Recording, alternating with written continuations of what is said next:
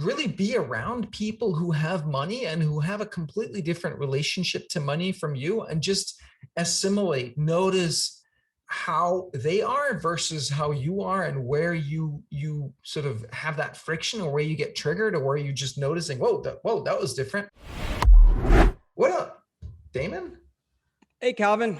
Jay, thank you for that smooth intro. I feel like I need to invite you on more of my calls to do intros.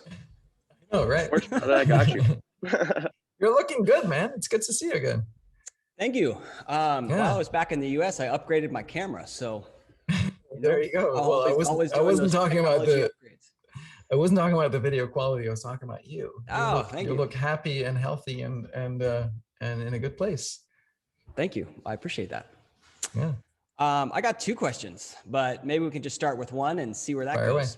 away. Yeah. Yeah. Go for So, since I left Simplero, I've been getting like a lot of offers just to work with these people, do this, do that. I just ran a virtual lacrosse goalie summit, and that like went really well. I loved it. But even within the lacrosse goalie community, like now all these people are like wanting to work with me. And so It's the so question cool. I have, Amazing. yeah, it's an awesome place to be, like great problem to have, right? Mhm. Question I have for you is like, what do you have like a system for, or what's your thoughts around what you say yes to and what you say no to? Because for me, like even someone wanted me to like build their website, and I hadn't done web design in a long time, but like when I think about that, I'm like, yeah, I love it. I love web design. Like all the things sound very exciting for me.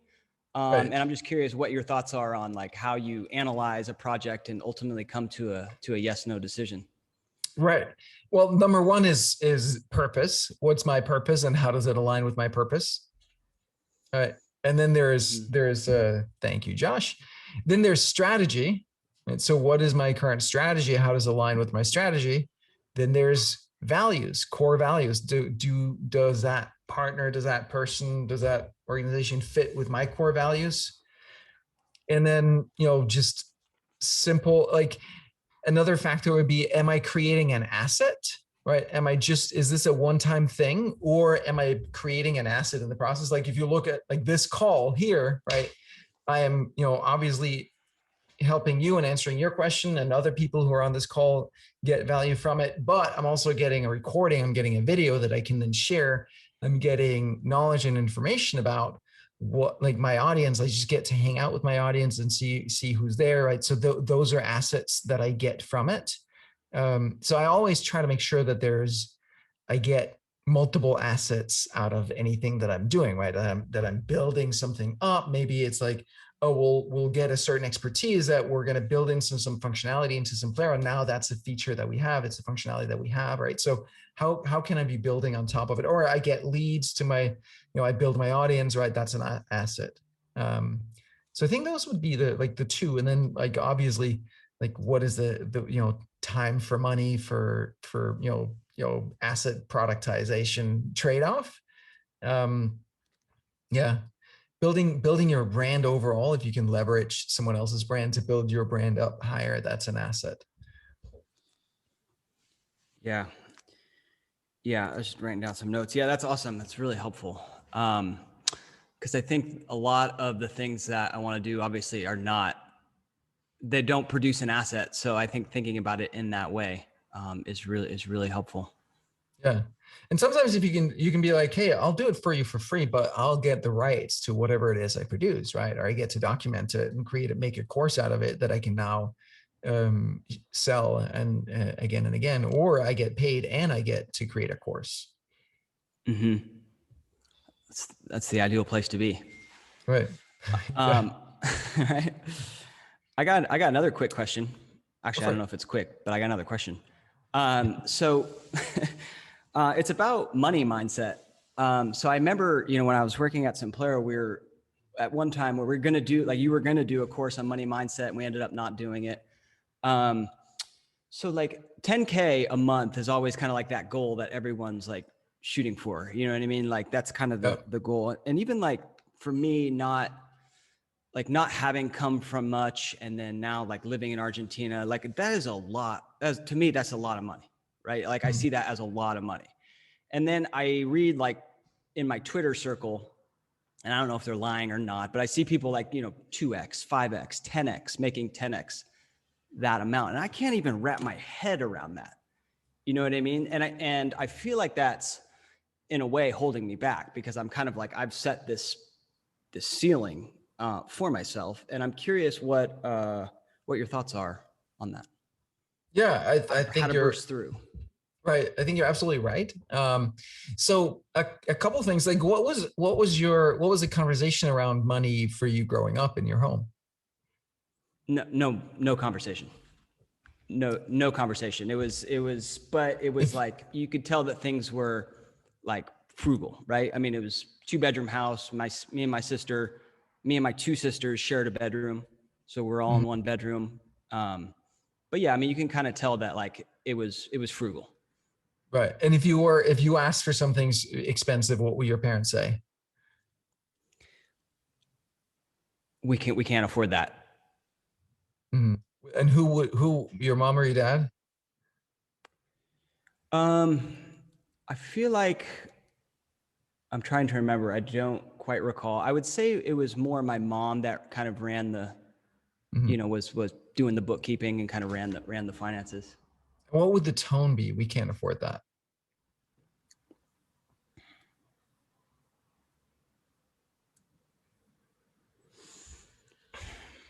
Yeah. I don't quite know how to put it into words. Like maybe just matter of fact. Like, that's how it is. Yeah.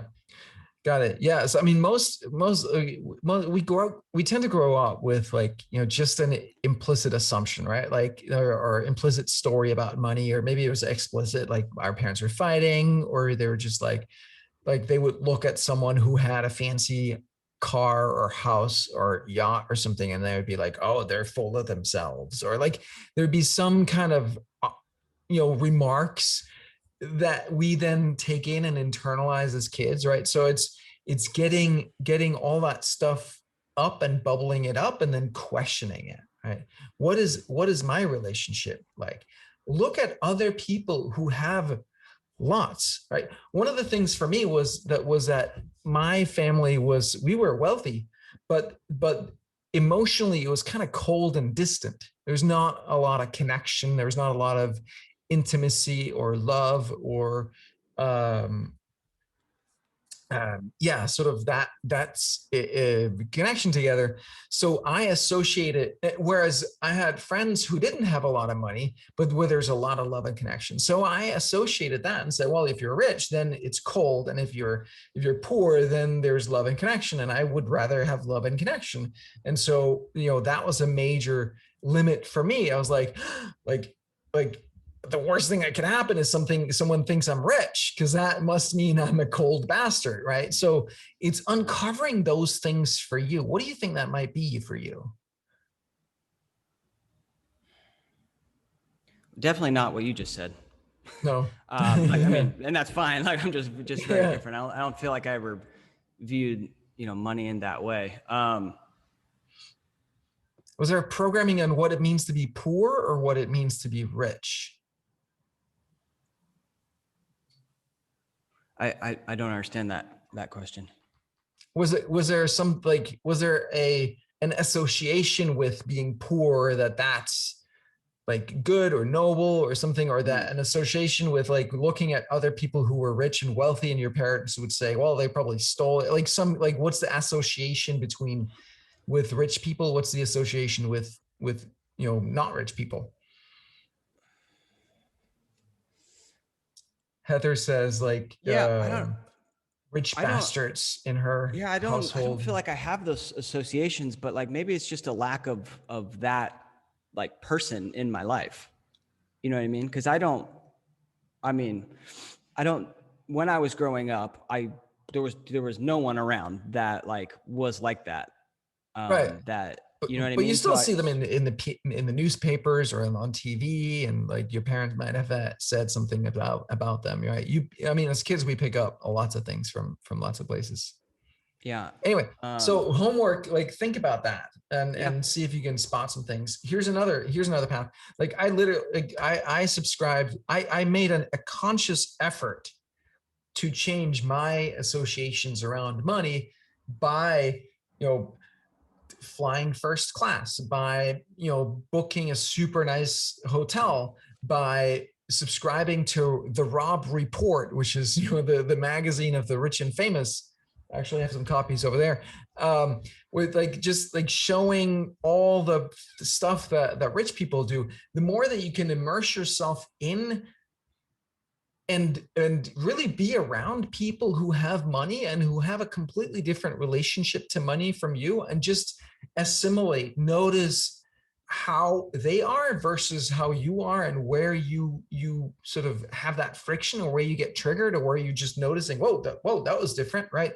I mean, the fact, like the story that I opened with, right? I flew first class from New York to LA and back in a weekend for like to meet with a bunch of people in a room, like 25 people that I had no idea who were those people were going to be, for a night, right? Like that's like $1,700 for flights, plus a hotel, plus a rental car, plus like spending an entire weekend just for the chance to hang out with a bunch of people, on the chance that there's going to be an important connection or two made there, right?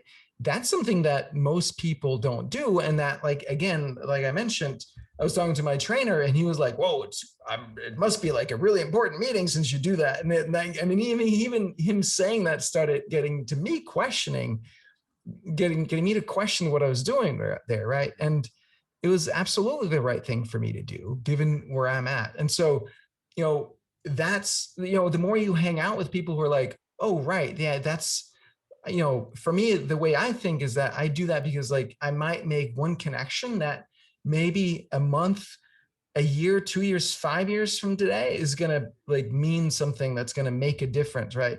Plus, honestly, just the experience of doing that. Like, I'm the kind of person who's like, fuck yeah, I'll go to LA for a weekend, fly first class back, you know, back and forth for a weekend just to hang with some folks, because that's the kind of person that I am, right? That starts to change your thinking around money, right? So it's like all those, it's just our own internal rules that we have around money, and what's much and what's little and what's wasteful and what's not, right?